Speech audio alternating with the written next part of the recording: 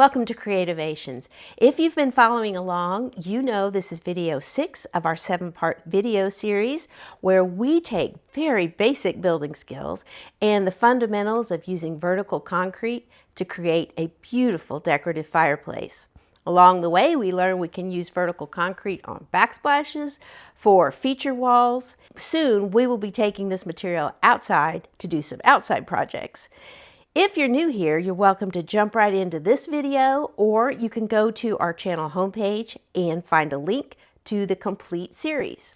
Either way, thank you so much for stopping by. Let's get to work.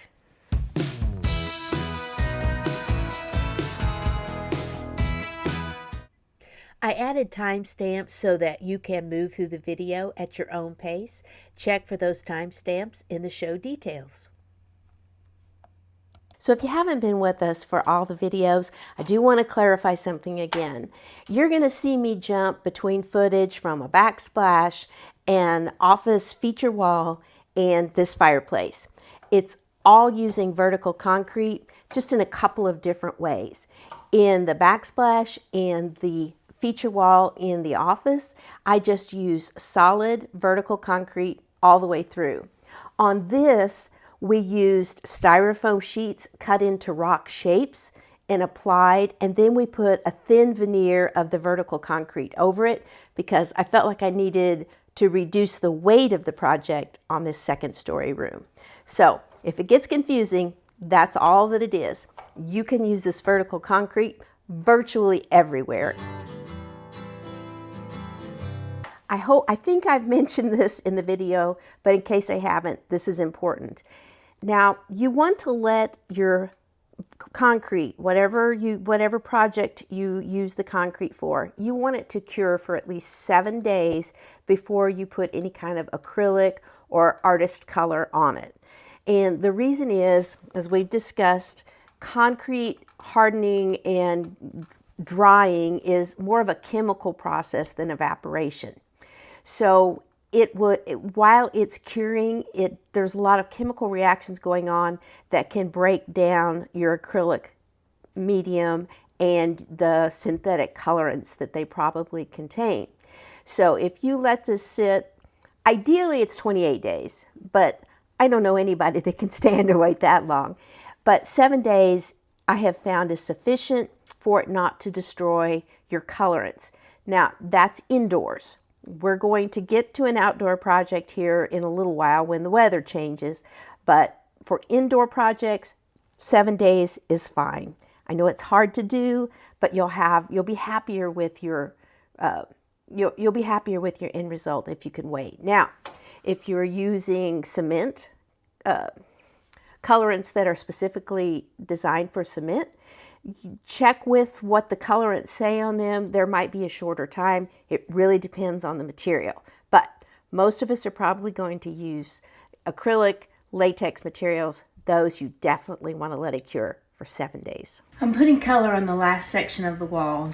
And when I turn my lights on for filming, I noticed something. Do you see how yellow this rock looks? Well, there probably are rocks in nature that color. There's nothing wrong with it. But that's not a color that I really want in this layout. But it's an important lesson, and that's why I'm showing it to you.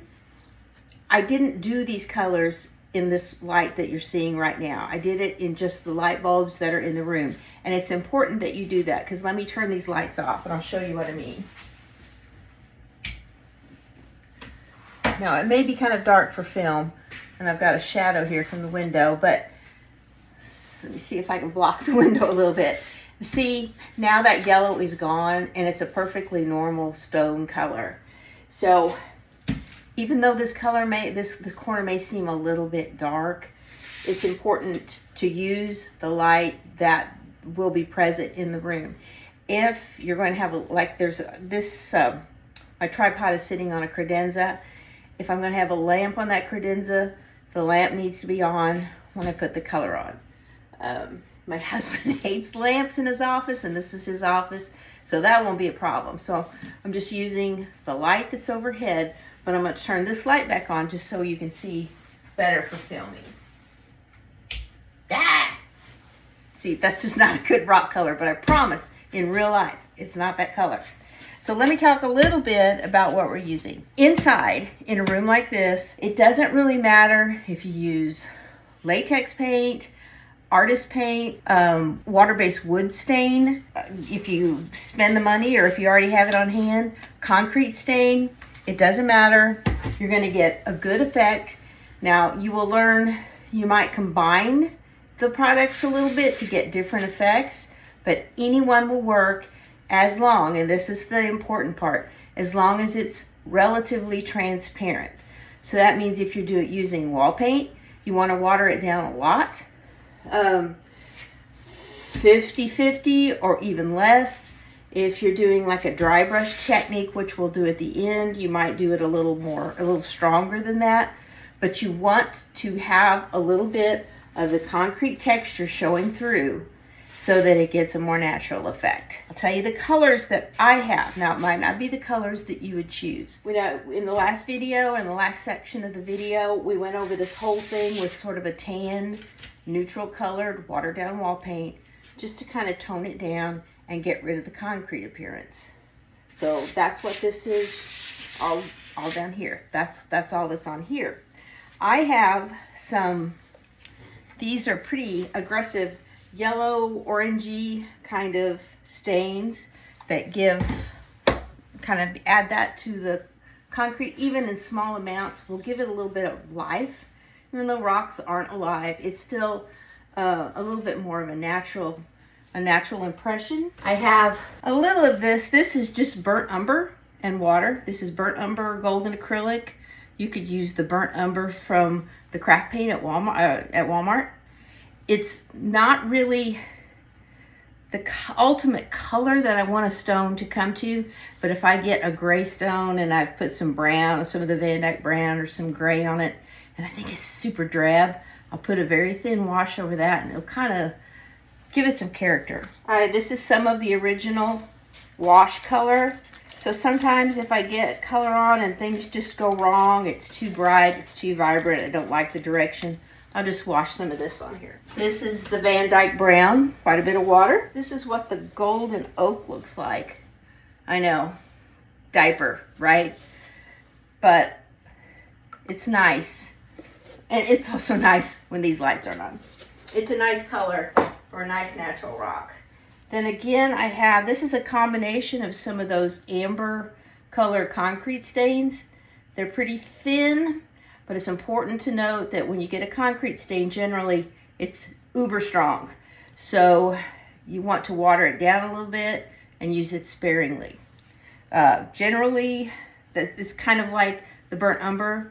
I put it over to give something a little more warmth and pop. What else do I have here? This is actually gesso, like you would prime a canvas with. I just like the color. It's just called neutral gray, and I just watered some of that down. And some of my rocks, I just go over it with that and start there, and then add some more of these warmer tones. Now, I like warm colors. I like rusts, I like warm browns, I like tans. If you like grays, then you will pick some different colors than I will. If you live or travel to like Sedona and you love the red rocks, you might do something really intensely with some red colors. You might go crazy with this burnt sienna. It's just really what you want. You can get a concrete block. Now, the texture is not the same, but you can play with some colors on there to see how these different colors react and just experiment a little bit till you get something that you really like. Sometimes I will keep, this is some wall paint. This is called Weathered Shingle. It's a Sherwin-Williams color. And I keep this, yes, it's full, but then I also have that little bowl of water there. And sometimes if I think I need to, you'll see when we start doing it, if I need to pop the texture a little bit, I'll dip my brush in water and then just barely get a little paint on the wet brush, and then we'll go in and play with that a little bit. For now, I think that's all. We'll do some final steps to tie everything together, but for right now, that's all we need. There again, the faithful chip brush. I've been working with it, so it's dirty. So unless you're going to go from a really dark color to a really light color, keep your brush dirty. Don't wash it.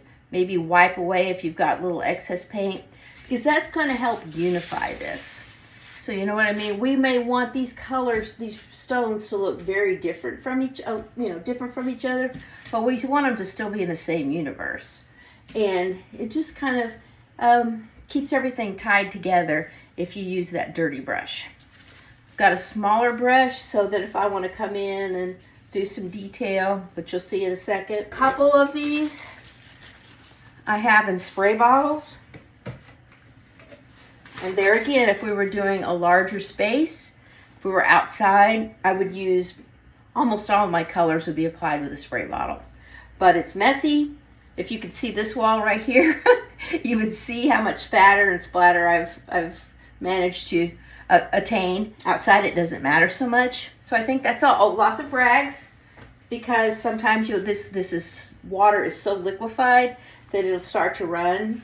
And if you get it off really quick, it won't have time to soak in, but if you don't, you'll have a stripe. We did put the original, the wash that I showed you in the last segment, so that kind of helps a little bit. It's a tiny bit of a seal on the surface, so you've got a minute, a second or two, few seconds to wipe that off as it happens. So if you get a run before it actually soaks in. Without that little bit of wash, it would just, like a sponge, it would just suck it up. And you would be maybe sanding a little bit or scrubbing a little bit to get rid of that drip. Okay, so I'll stop talking and start painting. Slightly dirty brush, because I don't remember exactly what I used last, so I'll give it a wipe off. We're going to start with this one over here. And you want to, this is the darkest color. This is the Van Dyke Brown and Water. And there again, if your walls are already finished, you would be taping this off. Mine are going to be painted. And this is acrylic paint, so it won't interfere with whatever I paint over it on the wall.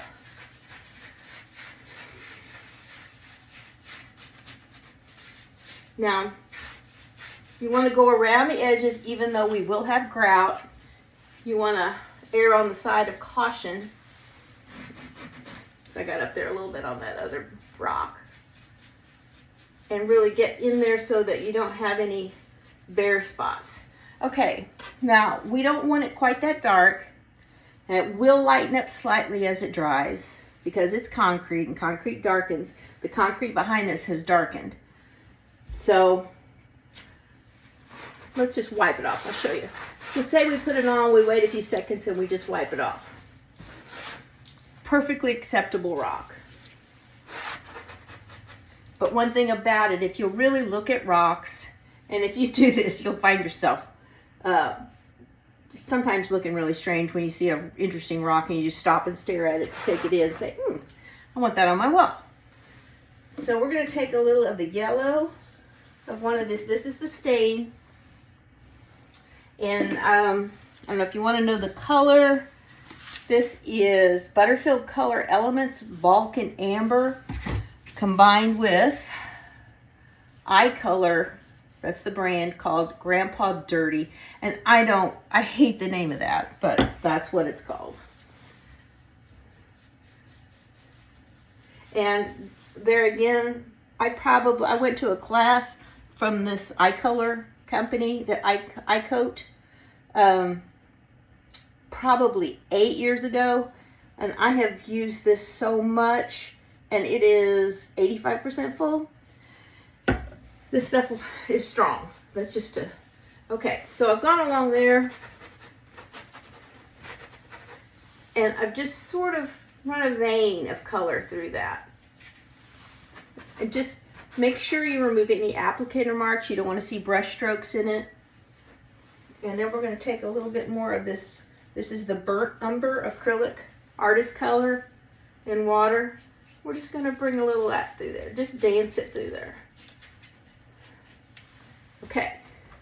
Now, Let's see, can you see that? No. So I'm really happy with that. I'm gonna take this over here and I'm going to regret it because it took me a long time to get this set up where I wanted it. Yeah, I'm shadowing it. That's the hard part when you're working in a corner like this. That's one of my favorite rocks so far. So I think the secret is to not make them too single color, too monochromatic.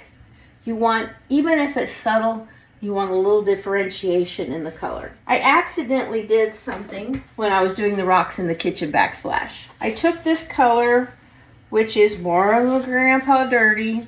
It's a terrible name, but it's one of my favorite things to use. And I just, with this spray bottle,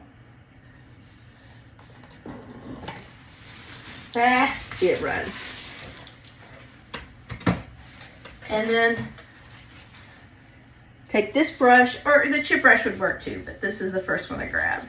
And we're just going to give a line here because this is going to have layers in it. And yes, this is bold, and I mean for it to be. I put about no more than 3 to 5 in a wall this size, and these are the little statement pieces. Okay, I'm gonna stop, get a little water on the rag. We'll get rid of these strips real quick. Just smear it all over.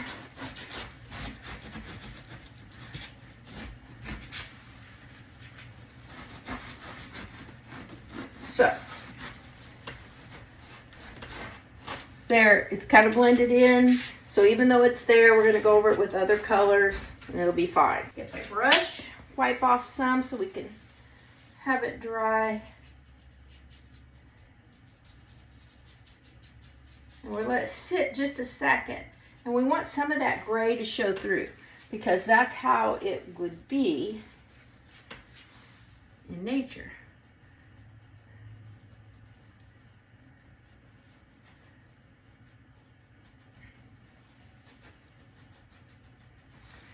Okay, now I'm going to take a little bit of my gray with a tiny bit of the Van Dyke brown. And I'm going to get some, I'm actually going to go back to my other brush because it still has some of the yellow in it. And that's how strong this is. Okay, get the gray.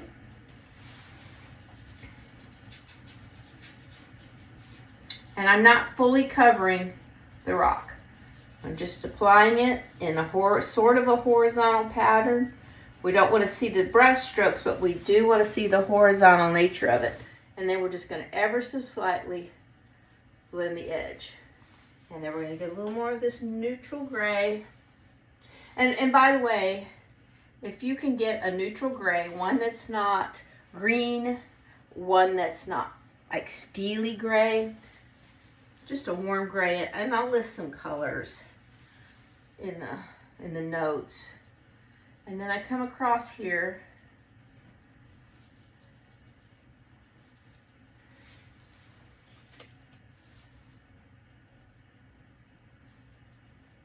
with this. So you've got layers in here. And I have seen this color combination in a rock. I am not a geologist, so I don't know the name of the rock. I don't know the scientific reason that it exists, but that is one of my favorite finishes for anything when I'm doing concrete. If possible, I like to include that somewhere. Okay, and then I'm gonna hit it with just another little spray, because I really want that red to settle. I don't know if you can see, there's a lot of texture in the concrete there, and I want that red to really get down in the texture. So when you take your rag to this, it matters whether it's wadded up or whether it's folded into a nice neat pad. If it's folded into a nice neat pad, that's how you get the surface color off and you still leave what's in the really good stuff that's in the texture.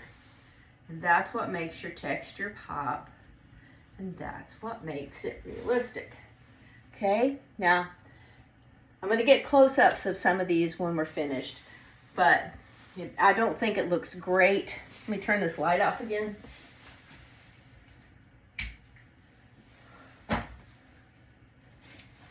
Yeah, we're gonna, and then I see that I need to blend this just a little bit out. And maybe bring some of the color up in here.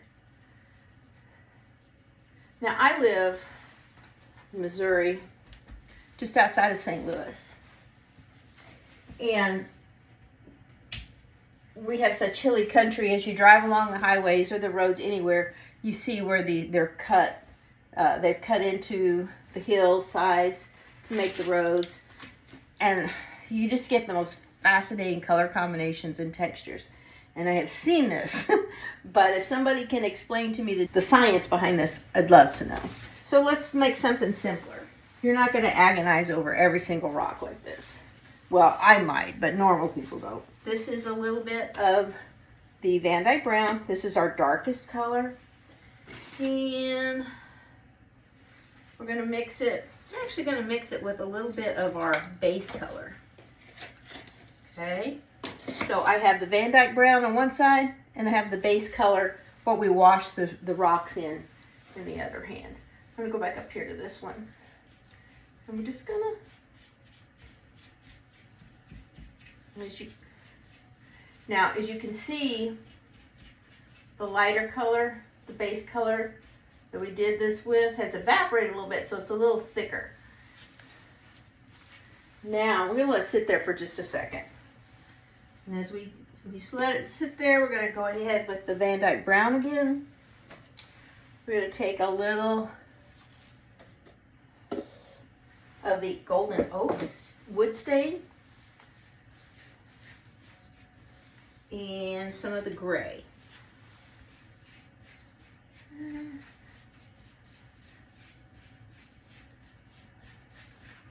Now, this particular rock is one I use my stamp on off my rock in the front yard that has lots of like bubbly texture to it. Okay, now you just sort of stand back and look around. You don't want to have, you want, or I want anyway, in this case, I want some variety in my rocks, but I don't want to get a pattern, and I don't want to get too much of one thing. So that's actually a pretty good location for a pretty dark rock. So I'm going to let that one sit there a minute, and then I'm going to go back to this one that we did before. We've let it sit, let some of the paint settle, and I've got the rag crumpled up like this, so that makes some texture. And I just kind of do like that, okay? And then we're going to go back to this one. Because there's the paint is so liquid, it's running a little. We don't want to see runs.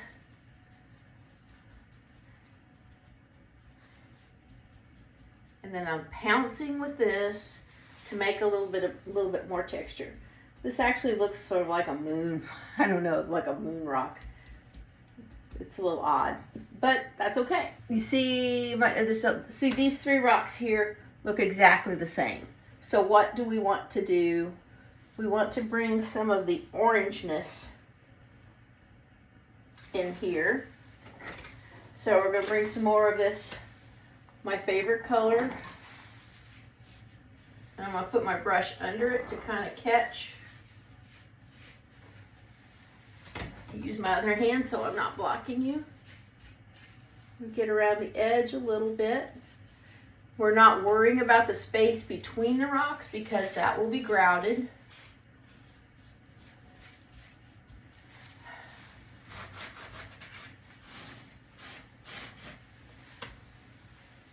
Okay, and then you stand back and look. Is that too dark? Is that too light? It's a little dark. It's a little intense.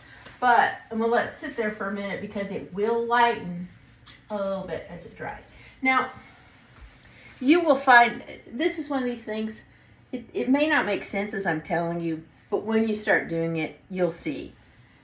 you can't really do anything wrong. If it's too dark and you wipe it off quickly, there's no problem. If you get one, when you're all finished and you get one that's too dark when you're finished, you can dry brush some of that original wall color. You can just dry brush over it, and that will catch the high points and it will lighten the stone overall.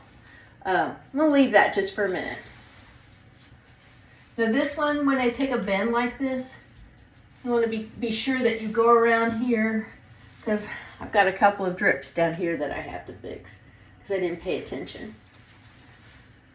Okay, so we broke up those 3 rocks that are similar. But this one and this one, I don't know, just a little boring. We're going to continue on and see what we need to do when we're all done. Okay, we're going to do some that are just this warm gray. And bear in mind, this brush is a little bit dirty, so we're bringing a little bit of the other colors into it. Yeah, I'm going to have to.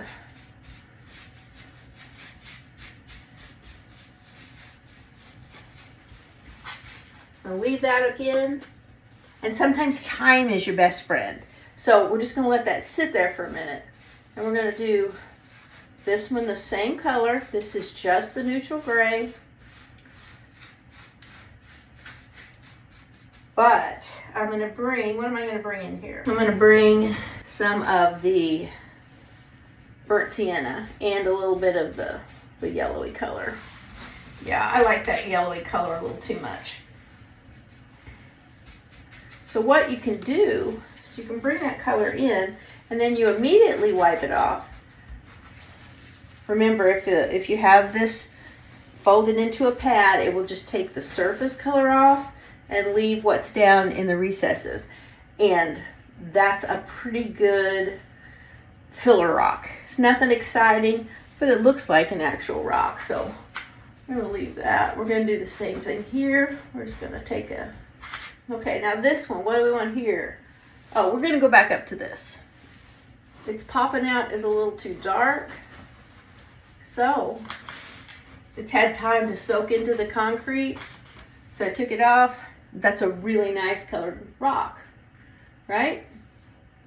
So this one, some of these, as we come back in one more pass, we'll have some, in my case, off-white. Not white, but a tan white, super dry brush. And I'll show you how dry brushing can kind of level things out a little bit.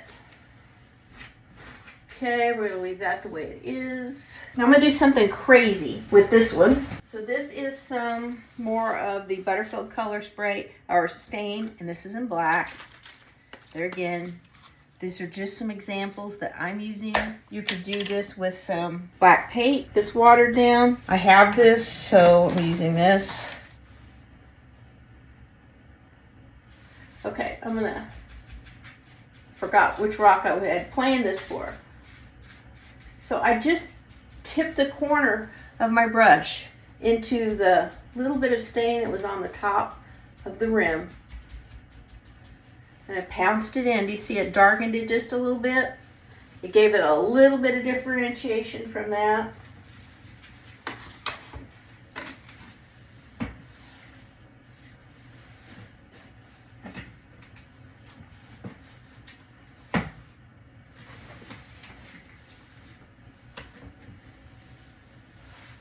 Got a little more of the black. Now, for me, since mine are browns and tans and rusts, I want to be careful with black because it will really stick out, since my dark colors are mostly that Van Dyke brown.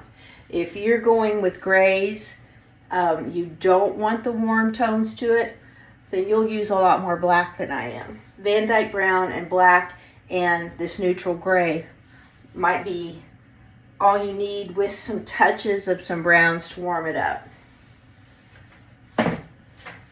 Okay, so we'll let that sit a minute.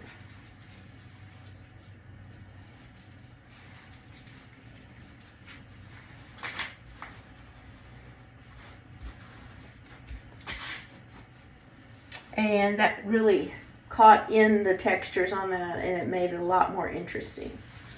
Okay, let me do that on this a little bit. We'll come back to this one. We're going to put just a little of that on there. A little more. Okay, then I've got this little rock. I tend to like to make those pretty extravagant usually, but we've got this yellow-orange rock here. So I think I'm going to go with the dark brown on that one.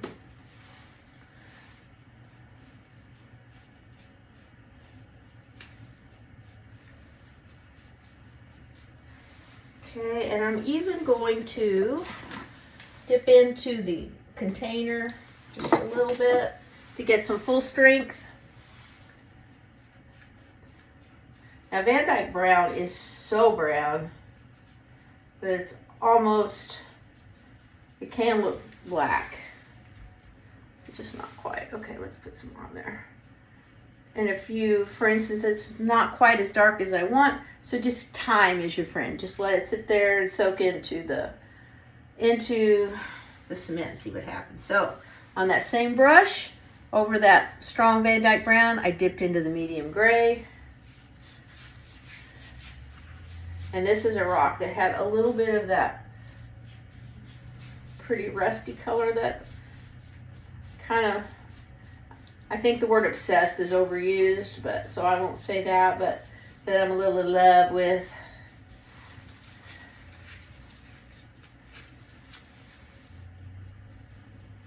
And I have to keep in mind, I have to keep looking back to the other side because I don't want to get, I want to keep the how dark the rocks are, how intense the color is. I want to keep it sort of uniform. Okay, I kind of like that color. This one right here, let's make this one a little lighter. We'll go, this is the golden oak.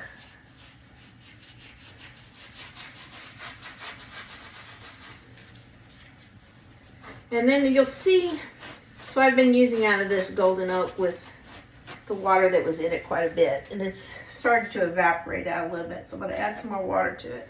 It's a little full strength.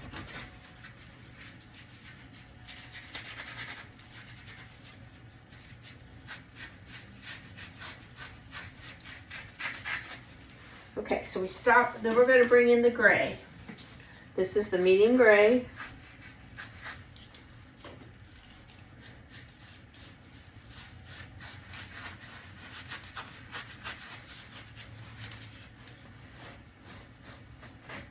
And there it is. I'm kind of not sure how to help you see what color this really is and still have a little bit of light on the situation. Because I'm in the corner, there's no place for me to put a camera or lights on that side.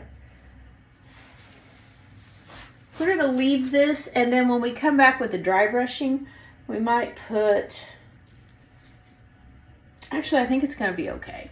And also remember, we are going to be putting probably natural color grout in here. It's going to unify everything a little bit. Now we're not going to overgrout. Overgrout is when you've seen where the grout comes up to the rocks and maybe goes over a little bit. It's a perfectly nice look. It's not what I'm wanting for this room, but it can be very nice. It can, because that's what a lot of probably, this is a basement. I'm in the basement. The front is a walkout part, but it's still a basement. And so a lot of basements used to be done like that. They would be overgrouted to help waterproof everything. That's not really the look I'm going for. So I'm going to leave that alone, and we can tweak it in a little while if I get done and decide it's too much color. Okay, now because we have color, this one needs to be a little balanced. Now, I'm using the dirty brush, and when I have a little bit of that yellow color, that golden oak, and I go into the medium gray, get a little green. I'm okay with that. And I mean, not green, but you know how when you go to the paint store and you're looking at khaki paint, for instance, And some of it we think, oh, that's kind of green. It's that kind of green. You're not really sure if it's green or it's beige. And that's a little weak.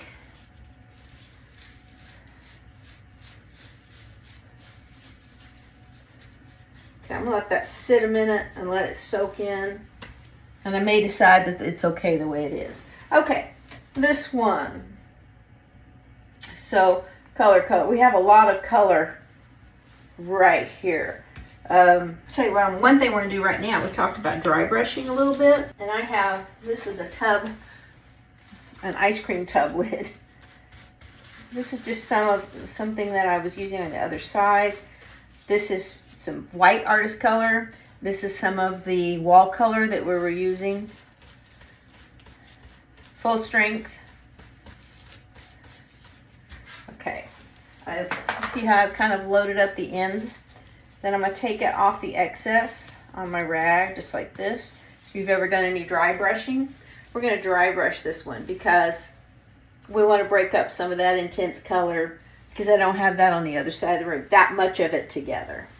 So, just dance it, little Bob Ross lingo here. We're just gonna dance it across that rock. Yeah, that's good. And then maybe we'll do that here too. Kind of calms down that yellow. Yeah, I like that. So then we're left with this one. What do we do with this one? I think we're going to go with the gray again.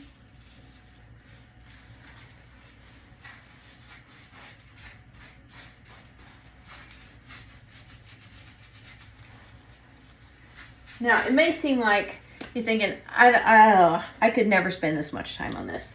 Well, bear in mind, I'm fiddling with things like this. I could spend a day doing it and love it. So I am probably going to be more fiddly than most people will be. So don't think it has to take this long. If you're a fiddler, you will love this.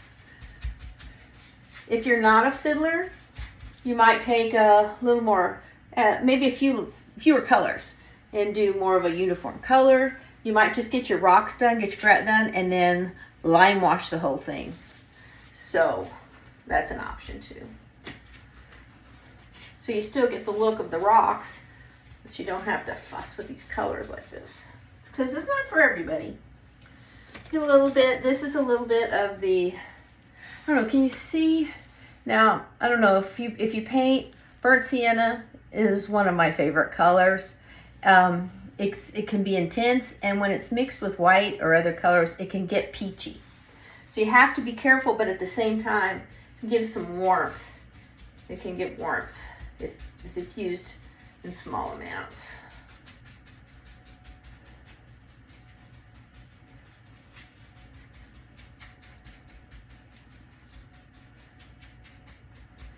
So I'm just pouncing that on there because this rock doesn't have as much texture as some of the others. So the pouncing, as long as it's dry enough, it's set enough that it doesn't run, can give you some visual texture. I'm going to pick up some of the Van Dyke Brown, and I've kind of sculpted a little flaw in the rock. So we're going to settle this Van Dyke Brown down in it. And then also there's some little depressions, texture there, because we're going to play up what texture this has. And we're going to let that sit a minute while that, in fact, I'm going to come over here, get another. There again, just stuck the corner of the brush down in the full strength Van Dyke. Because I don't like cool tones, as much as I like black, I'm really trying to convince myself to paint my kitchen cabinets black. I love black furniture. I love black accents. In things like this, I use very limited amount. There's just not that much true black in nature, so you want to keep that in mind.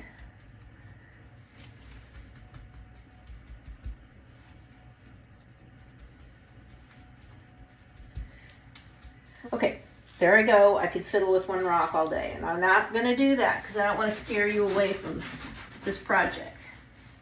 So I'm going to shut up, and I'm just going to finish this last section. I'm actually going to move the camera and get you down closer to this.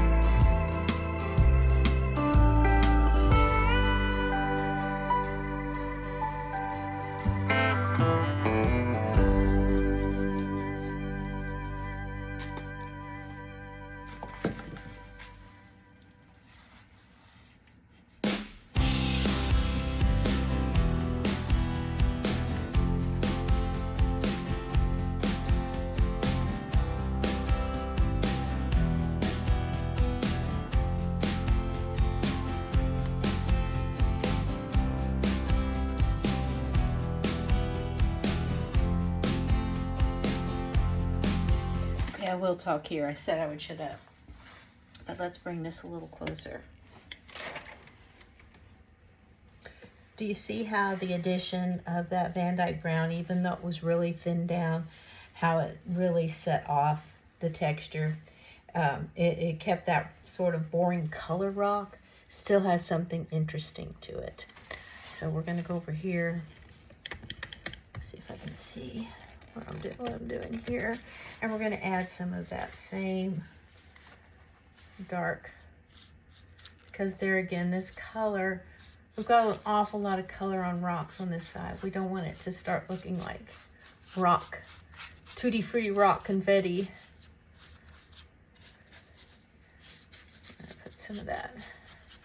And I don't know, is this piece, this was sort of a surprise. This, I just took some of the full strength Van Dyke brown and a little bit of, after your diluted paint sits for a while, when you tip it, oh, can you see that?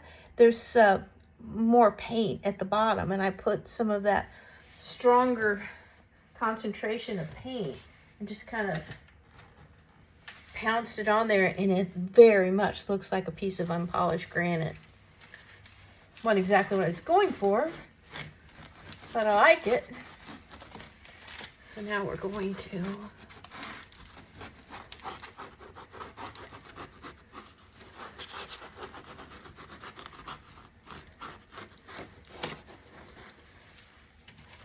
so it's very similar. This rock is very similar to this one, which is next to it, but when, you know, that happens sometimes. The farmer was building his farmhouse on his farmhouse wall, and this is what he had in his rock pile, so this is what he used. So these two are very similar. You don't want too much of that. I'm gonna go around the edges of this one.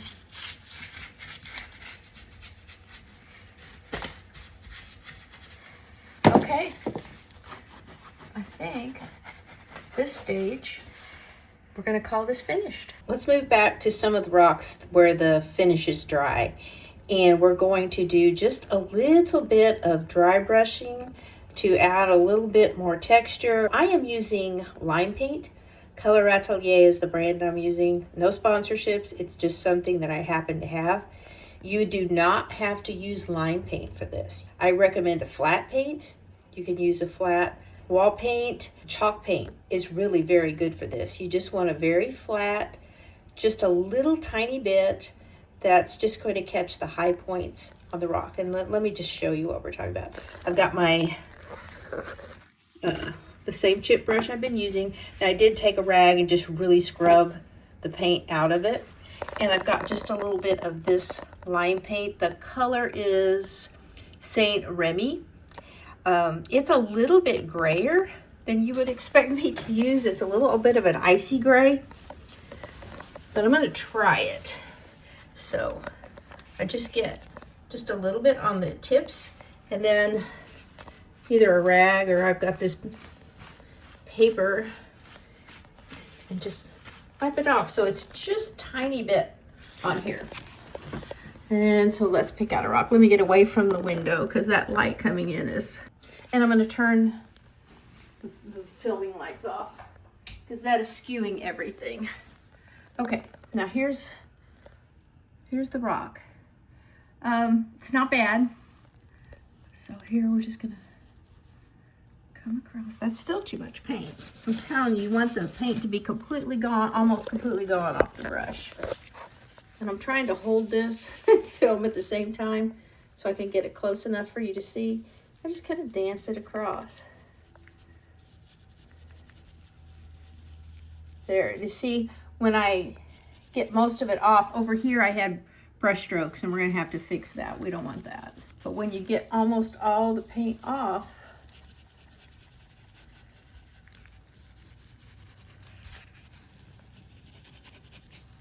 and then I don't know if you can see the difference. Okay, let's take a different rock that's a little darker.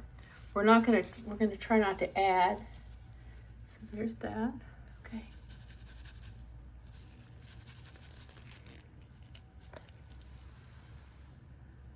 If it gets too much, you can just, maybe you can just take your hand, rub some of it off, but it catches the high points.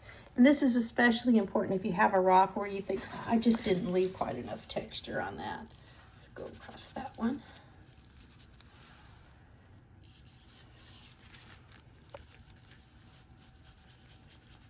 Time to pick up a little more. And so I'm just gonna go in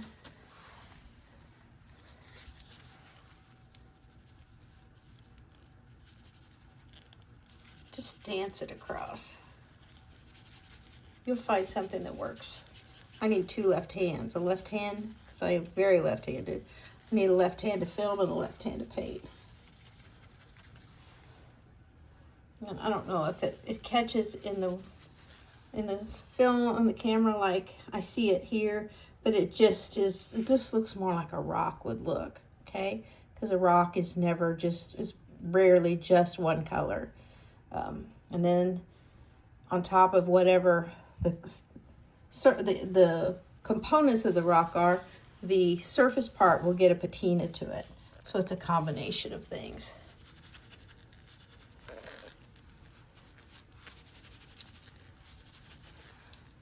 Okay, so I'm just going to go around this wall and just kind of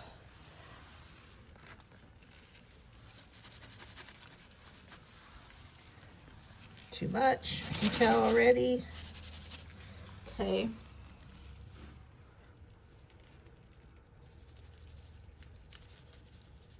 Okay, this is a good example, and I think the camera is catching it the way I want it to. To see how I've made that texture. We're going to call it rocky. It's rocky. Okay, so that's what I'm going to do to this wall, and it will sort of help unify the whole thing. And I'll do the same thing on the other side of the wall. Okay, this step is really quick.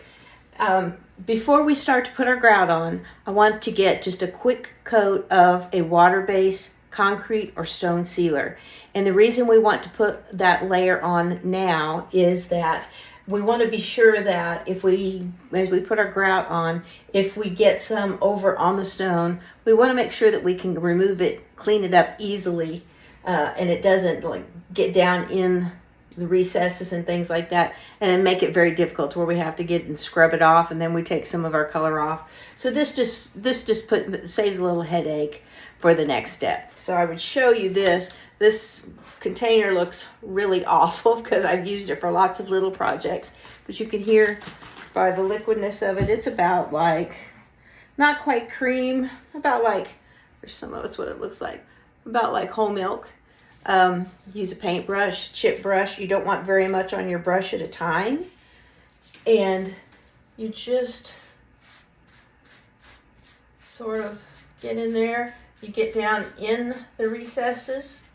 Those are probably, these right here are probably already done. Is this one? I'm gonna lower it, just lower you down. Hope you don't get motion sickness.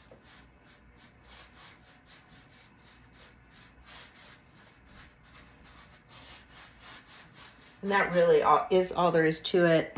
I've got a little bit extra on there, so I'm gonna go to a couple stones around it and get some off my brush really quickly.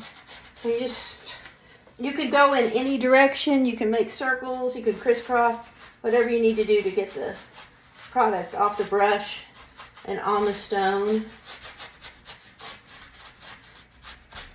Because it is water-based, it's acrylic, it's white, milky looking when it goes on, but as it dries, it will be clear.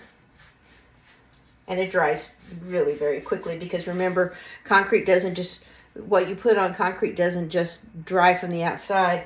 The concrete will pull moisture out of it. So it's more or less drying from the front and the back. So it dries really quickly. Now, I don't know if I've already mentioned this. I use a gloss here. I don't want gloss. I don't want my stones to be glossy. You can make yours glossy if you want them. But in this, I don't. I want them to look more natural. But I do use a gloss here because it's easier to wipe off. So if some of that grout does get on here, it's a lot easier with the gloss than it is with a matte or a satin. After we do the grout and it cures and it's ready for us to say we're finished, we're going to go back over with 1 or 2 coats of another acrylic sealer, but one that is matte. And the matte sealer will mediate some of the gloss, almost completely all the gloss, especially if you use 2 coats. And it's going to go on the same way, easy peasy. As far as brands, I don't really have a preference. If you do a lot of this, you probably will develop, one that you like more than the other. Now, inside, I say I don't have a preference. Outside, it will be different. When we get to our outside rocking projects, I'm pickier about what kind of sealers I use. This is DecoraSeal water-based, non-yellowing water-based sealer. Now, I like these tones warm that lean toward golds and browns. So if the sealer yellows, I probably won't even notice. Now, if you don't like that, if you don't want gold amber tones in the rock, if you just want them to be gray, make sure that specifically this says, whatever you use, says non-yellowing. Because some products, they're better than they were years ago, but some products still yellow quite a bit. So make sure that you find that one that specifies that it's non-yellowing. So it takes about 20 minutes to do this whole wall. It will take about an hour for it to dry. And so normally I would be grouting this afternoon, but it's 5 degrees outside and there's ice everywhere. Let's mix up the grout to go between our rocks on our rock wall. I have a 50-pound bag of grout mix. I have Quikrete brand. Whatever brand you have will be fine. I don't find that there's a big difference between one brand of grout and the other. Now, this is the grout that is over in your concrete and cement supplies with the Quikrete and the masonry products. It's not the tile grout that you would find over in the tile section. Now that would work. It is far more expensive. Now, if you wanted a specific color, then you might have to go over there, but you will pay a lot more. I think this is between, I think $6 and $7 for a 50-pound bag, and that will be about the right amount to do our wall. You can tint this, and you can also special order white grout. In this, it's made with white Portland cement. It's a little harder to find. I couldn't find it locally because that's really what I wanted, but couldn't find it, so we're going to use this. All right, I already have a pint of water in my mixing bucket. What I did is I took the recipe that is written on the back of the bag and I broke it down into 8ths. So it's a little over 6 pounds of the mix and a pint of water. I've got that mixed up here, or not mixed up, but measured out here. Put on my mask. Very important when you work with any kind of masonry mix. Stuff is brutal, brutal on our lungs. Okay, and I'm just going to dump, since we're working with such a small batch, I'm just going to dump it all in at once. And you always put your liquid in first, and then put your mix in. If you try to pour the water in on top of the mix already in the bucket, you end up with clumps. Okay.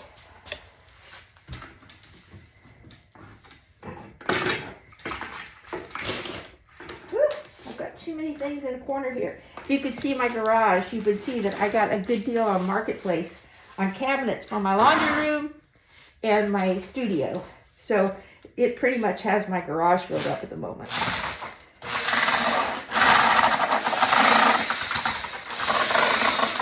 Just give this a good mix. I found that if you kind of sandwich the bucket between your feet, you keep it spinning around.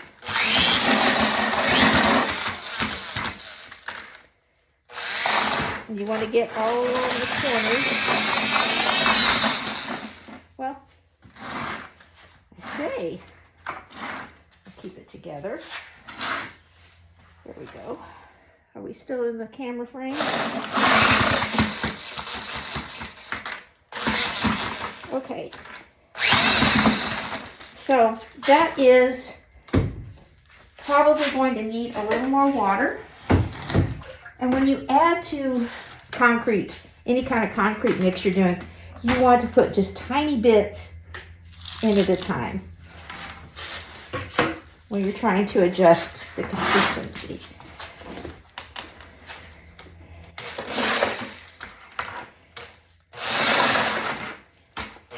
I'm going to adjust the camera so you can see down in the bucket better.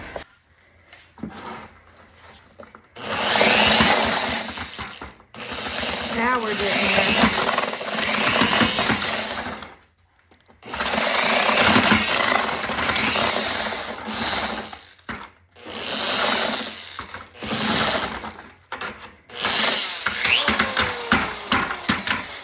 Okay, and you put your mixer in the bucket of water. Just remember, we keep a separate bucket for cleaning. We don't ever pour this down the drain. I'm going to reach in front of you. Grab this little trowel. And this is what it looks like. Got a few little pockets in there.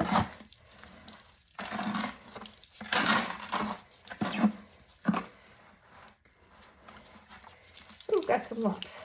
We're going to stir it a little bit more.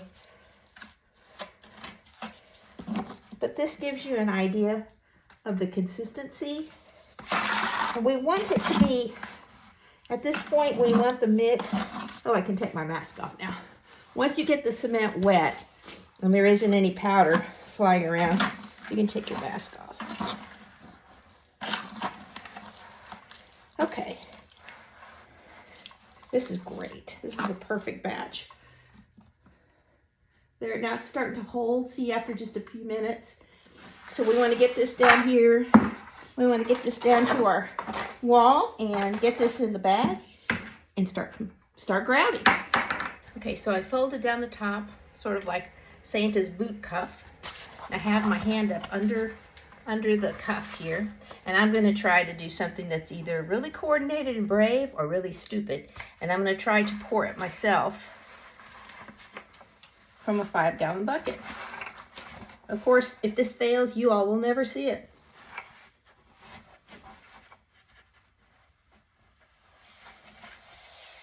I think it may work. Perfect. And you can scoop it in. You can take an old ladle or a hand trowel, and you could get it in that way, but this is a lot faster, as you see. Okay, we have the clip on the bottom. So you want to find sort of where the top is. And I just put in, I don't fill it up very far. You can always add more, and it's more weight that you're carrying when you're trying to do this kind of fine work up here. So I twist it up like this, and that kind of helps put pressure on the contents to move them down toward the end, and it keeps it, when you squeeze here, from running back out the top. So give that a good turn it up. And don't lose your gator clip for the next refill. And let's get going. Now you'll see that these rocks are a bit shiny. I did put a coat of sealer and I used a gloss sealer. Now I don't want these rocks to be glossy when we're finished, but I used a gloss sealer just so for the grout process, any grout that gets on the rocks will be easier to wipe off. When we do the final seal, I will use a matte sealer and that will mitigate all this shine you'll see. It'll get rid of it. Okay, let's start up here. I can see where I'm at. And notice I cut mine at an angle. You will find out whether you prefer an angle cut or a straight across. I like to do an angle and then put the lower edge, the shorter edge, up against the wall.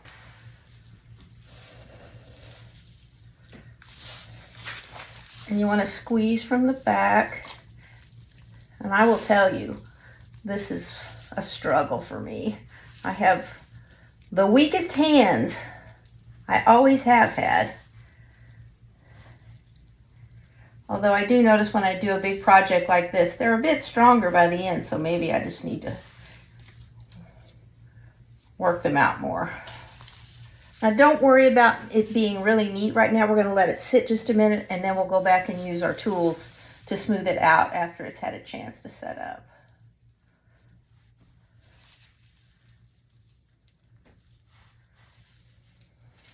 And you want to put, I'm not pushing the point up close enough against the wall, so it's giving it away. See, that's much better. I'm pushing the opening hard up against the wall, making sure that you can still see what I'm doing.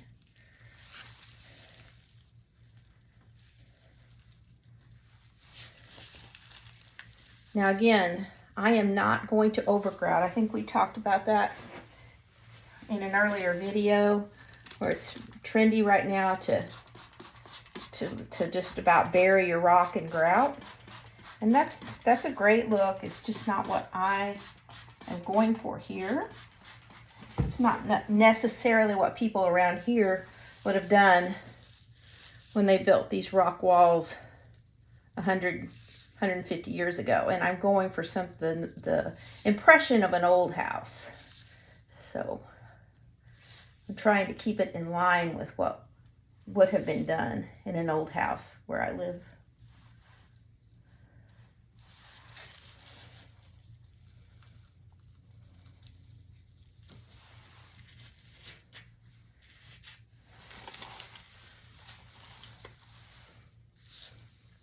Starting to get out of your camera. And we're going to go back and wipe these rocks off as we're waiting for the grout to set up a little bit.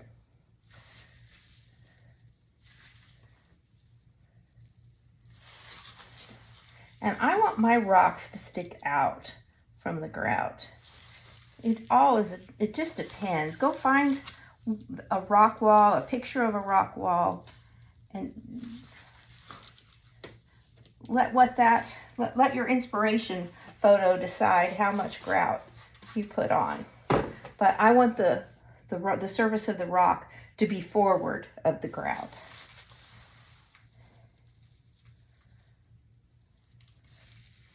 Sometimes the grout will be level. You'll have really flat rocks, so the grout and the surface of the wall is more or less even as you rub your hand over it. I want mine to rise and fall with the texture of the rocks. Oops, I'm getting out of your screen. Let's go back up here and add a little more right here. Are we still in here?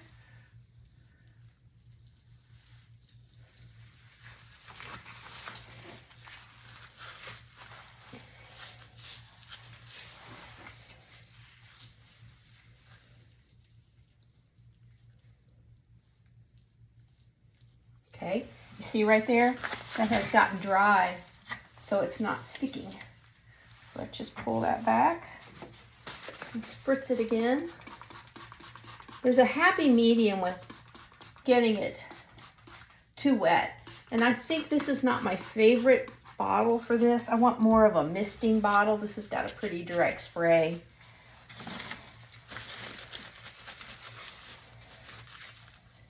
Because we don't want it to just hit the surface and then just float away. Yeah, which is what it's doing now.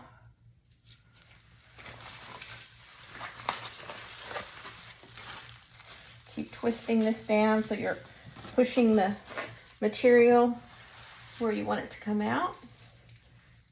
Push hard against the rock where the grout goes.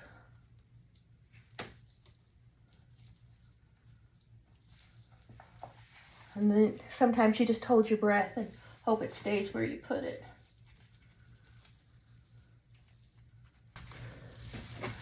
I'm having to stop every now and then and make sure I'm still in the frame. Okay, I've gotten too high there. Are we good here? Yeah, let's go back over here. It's dry there. Let me see if I can adjust the spray a little. Yeah, that's about all it has.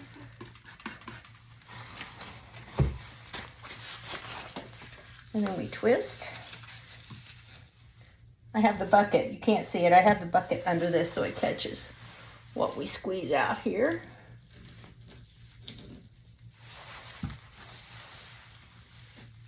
Push it hard against the surface.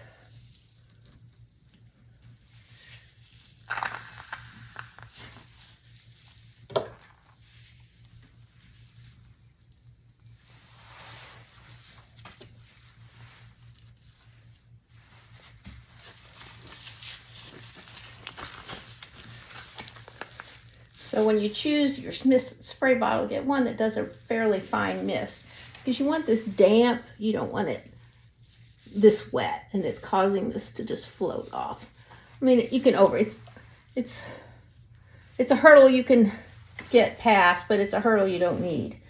Okay, so I think pretty much everything in the frame is done. I'm going to go on and do the area around it, let this sit up for just a few minutes, and then I'll come back and I'll show you what the next step is. I have all of that batch put on the wall, and now I have a slightly damp chip brush. I have used a combination of this little brick grout tool and this brick grouting tool. I don't know if you could see that, to kind of come in and just sort of compress this. Get it a little even, so if it's too high on this end of the grout line, I can kind of move it around to this end and vice versa. But now I want to come back with this and sort of get rid of all that. You want it damp, but not wet. And we're going to also come back and wipe these rocks down again, so don't worry if you go up on the edge a little bit. I'll wipe it away when I finish this step, and then I will let it sit another, maybe even an hour. And I'll come back, because if I try to really scrub and give this a good wash right now, this is still movable enough that I'll just be picking it up on my sponge and bringing it over on the rock. I don't know, if you've ever put down tile and grouted tile, it's sort of the same philosophy. You can wipe some of it away while the grout is still wet, but mostly you have to let it get pretty solid and then come back. Now, I do have a coat of sealer on these rocks, and that will make it a little easier to wipe away unwanted grout on the surface of the rock. So I'm doing two things here. I'm getting rid of those tool marks, and I'm getting it up on the stone to close up any little gaps between the grout and the edge of the stone.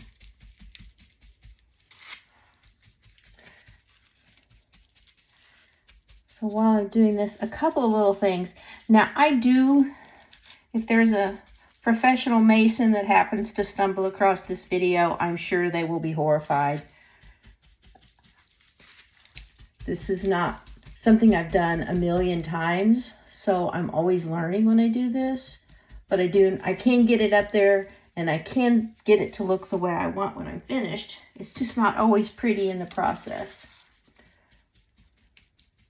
And I do have my grout a little thinner than probably most people would do when they're, you know, using a grout bag and applying it to the wall, just simply because I don't have the strongest hands in the world. And if I get it set up too much, I can't squeeze it out of the bag. All right, so this is really all I will be doing. Just wanted to let you see close up kind of what I'm doing. All right, now take our sponge. And also on the sponge and the clean water, you will probably have to change your water 2 or 3 times when you start doing this part, because it will build up in your water.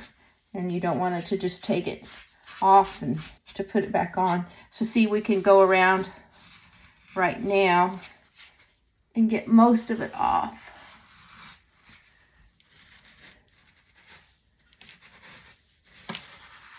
Are there any drips that may have fallen from when we worked it on a stone above? This little guy is pretty textured, so I may have to actually, when I get to the point where this is set up more, I may actually have to take a little wire brush and sort of scrub him to get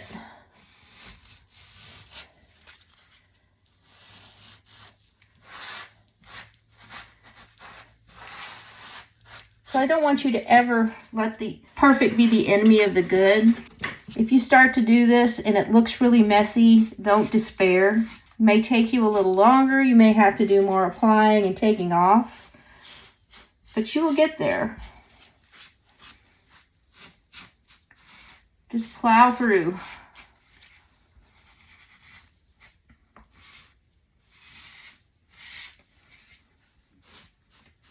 So I'm getting out of your frame here. So I'm going to go ahead and finish this part, and then I will be back when we are ready to put the sealer on. Okay, we're going to put the final sealer on this, and I hope the light is catching this. I have not yet mastered the art of getting things properly lit without completely washing out the colors, but I think you can probably pick up all the shine that we have on these stones because I put the gloss sealer on before I grouted to make it easier to wipe the grout off. But then I'm left with shiny stones that I just don't want. So I have a matte sealer here and my trusty chip brush. Now, sometimes people ask, why always a chip brush? You can pick up more paint or sealer with a thicker brush. And quite honestly, I have used these in decorative painting so much for 20 years, it feels like an extension of my hand. I buy these by the case, and I just feel like I can just really move with one of these things. So you choose the kind of brush that you're more comfortable with. Plus, brushing over this rough cement with a good brush, it just is hard for my little heart to do, because putting anything on concrete is really tough on your brushes. So that's why I pick up these cheap chip brushes. And then I just go over. This is a really runny sealer. So you want to catch any drips because they can show up down the road even though it's thin. So you see me dipping my brush into something that has settled in the bottom of the sealer, and I failed to, in the video, to explain what that was. I added a little calcium carbonate to the sealer because I really, really wanted to be sure that I knocked down all of that shine, especially since sunlight comes in through the front window of the living room and just really makes those look glossy. So that's what it is. You can use calcium carbonate, or you can even add a little bit of talcum powder. So I have about a cup and a half of sealer there. You can add about a teaspoon of either one, and it will knock down the shine without damaging the integrity of the finish. And it will take at least a couple of hours for this to dry down and to completely eliminate that shine. And I should be working from the top of the wall down, but I want to make sure that I get to where you can see it.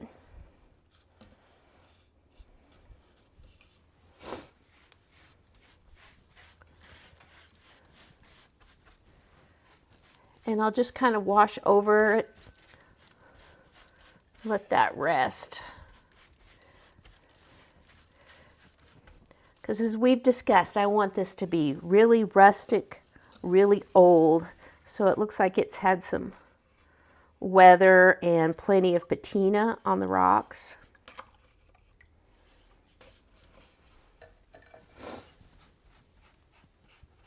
And again, you're not going to leave brush strokes in this. It's so thin, so just cross hatch just whichever way.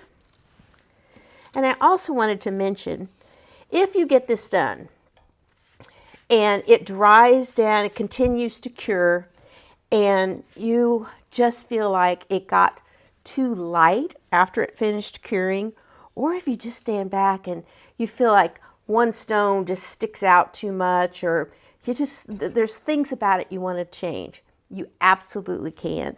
You can put another coat of sealer on it, and you can put a little bit of wood stain or a little bit of artist color, like some of that Van Dyke brown, some burnt sienna, just whatever tone you want to pick up to change those stones. You can do that down the road. Even if you have, say you have a stone fireplace already, or a natural one, and you don't like the color of the stones, you can make a wash of your cement and a little bit of color. And you can take a chip brush or some other bristle brush, and you can just play with it a little bit and recolor some of the stones. Start in a corner and try it, let it get good and dry, and see what you think. But you can do that. You can change the color of bricks. A lady bought a house that had the brick fireplace had been painted white, and she hated it. And she got a quote to have it sandblasted to remove the paint, and it was just outrageous. They couldn't guarantee that there wouldn't be damage to some of the marble and materials around it. So she asked me if I could just recolor the brick. And it took a little bit of experimenting, but we did it. She loved it. And as far as I know, it's still that way today. And that was probably 10 years ago.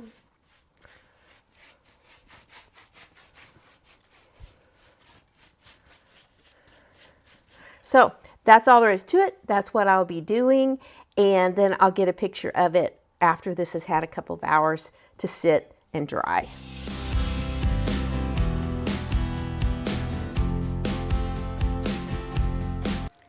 Well, we did it. We built a fireplace. And I know it looked like a lot of work, but honestly, it was less than 2 weeks, start to finish. And that includes 7 days when I just had to let it sit here and allow time for the cement to cure before I started putting the color on. So it was really a week of work to create something that we enjoy every day. It's such a cozy place to sit in the winter, and it's just changed the whole atmosphere, the whole character of this living room. All right, so our 7th and final video is next week, and it will just be some inspiration ideas for different ways you could use this material, different designs you could use if you wanted to get really crazy creative when building your fireplace. And I'll also give you a summary of what each project cost: the backsplash, this fireplace, and the feature wall in the office. Videos come out every Saturday, and I hope you join us. So until then, stay creative, stay curious, and always be kind. Bye-bye.